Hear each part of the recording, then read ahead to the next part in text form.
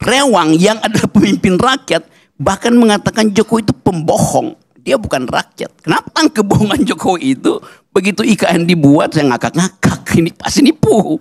Bukan sebagai tempat pangkalan LPG 3 kilogram.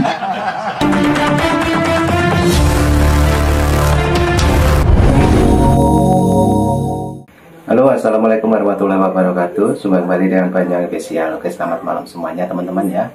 Jadi malam hari ini kita mau nonton lagi, yaitu ada sebuah obrolan yang sangat ini ya, mengkritik sekali dari Rocky Gerung. Coba kita siapkan untuk videonya dan langsung kita tonton videonya Rocky Gerung. Lanjut. Satu waktu saya ngobrol dengan seorang menteri yang bertanggung jawab terhadap IKN. Dia bilang begini, Rok, ini Jokowi minta progress report. Terus lu ngapain? Ya gue kumpulin menteri-menteri itu. Dari teknik udah selesai.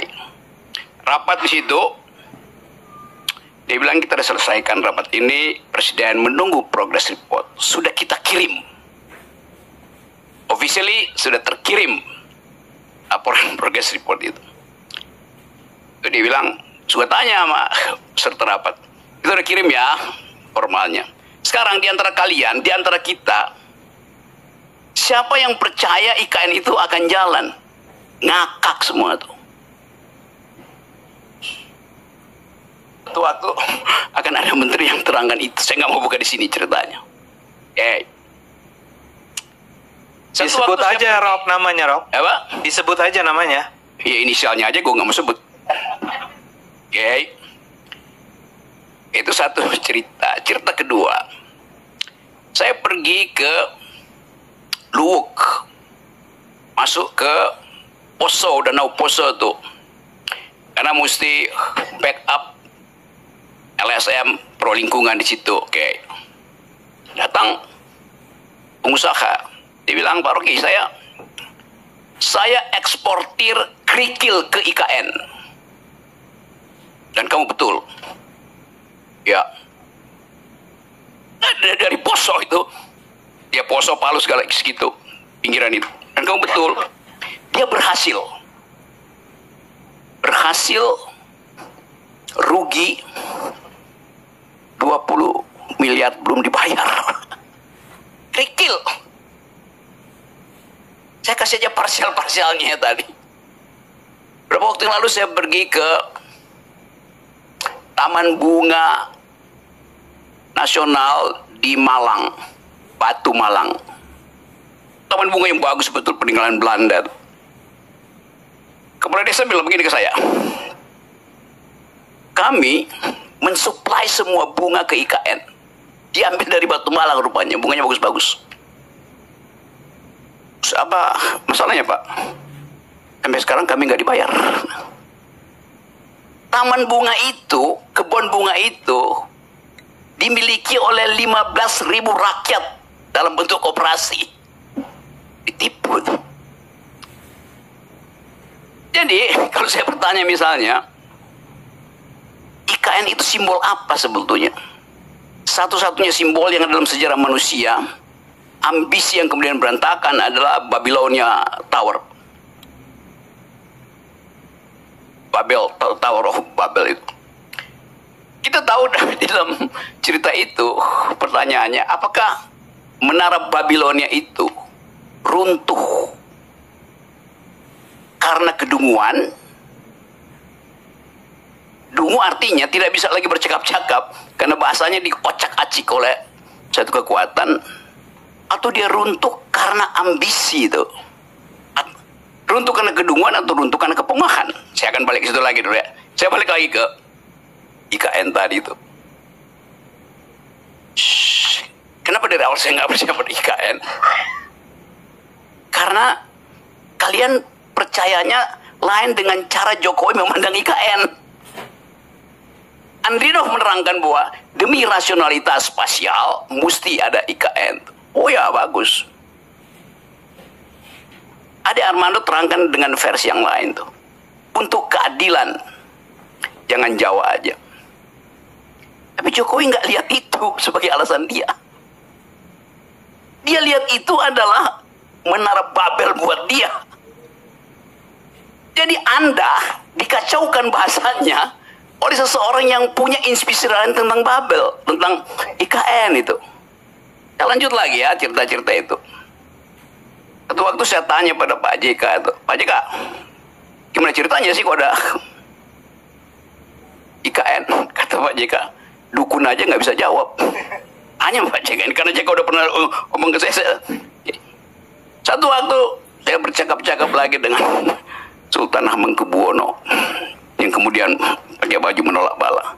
Dia nggak ngerti apa yang ada di situ selain cerita mistik. Jadi yang Anda sebut rasional itu bagi Jokowi bukan itu yang dia maksud. Artinya dia menunggangi kedunguan kalian. Ya ini begitu jadinya kan. Saya lanjutkan lagi, kenapa saya nggak percaya ya? Mulai dari soal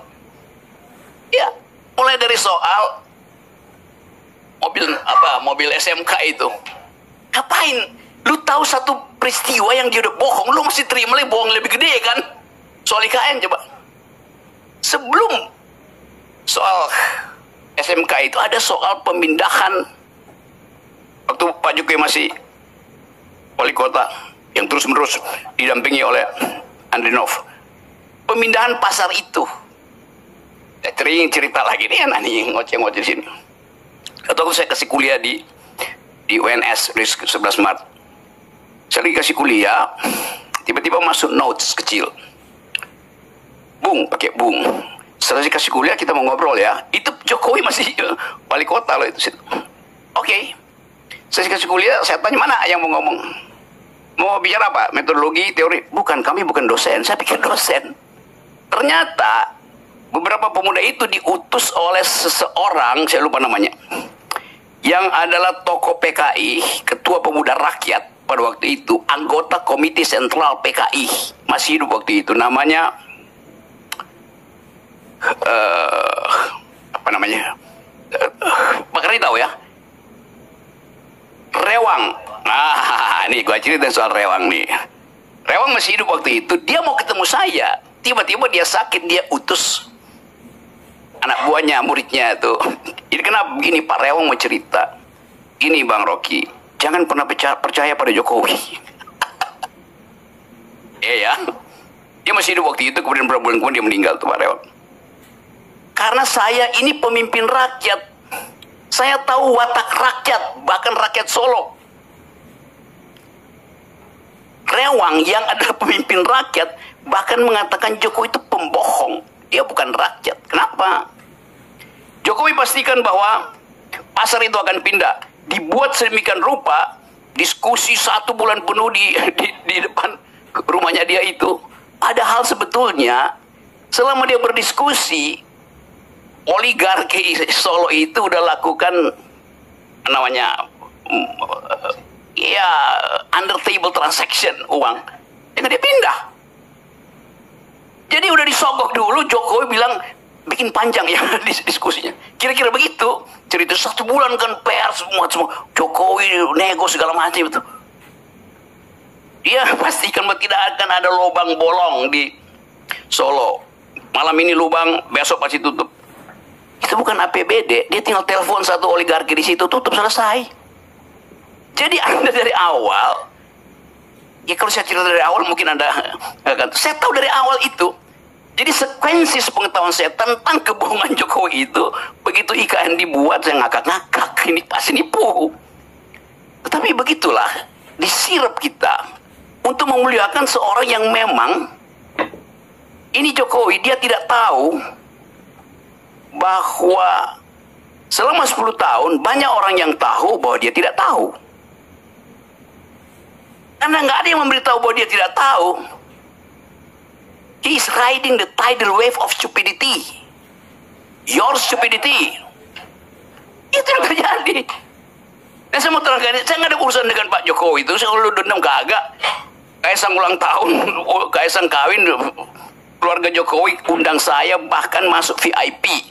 Nggak perlu nunggu kayak Anies Baswedan nunggu di siang hari, saya yang malam hari langsung lewat situ kan. Jadi saya nggak ada urusan dengan itu tuh. Jadi terus menurut saya mau baca itu, ini apa keadaan itu? Jadi kalau sekarang, ya memang yang kita mau bicara ini mau diapain tuh? Kalau soal kebohongan itu berseri kebohongannya. Apa yang baik dilakukan di situ? Bagus tadi usulan Dedi. Supaya dia konsisten, tulis surat pada Pak Prabowo. Saya minta dengan sangat Pak Prabowo, tolonglah ada satu kamar khusus yang dibuat di situ. Walaupun anggarannya mungkin cuma 10 miliar atau 100 juta. Untuk anak saya, supaya dia bisa menikmati legasi yang saya bayangkan itu.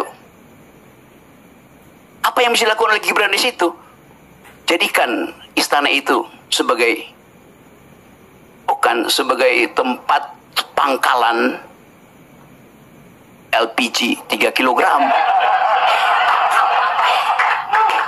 Dijaga langsung oleh Gibran.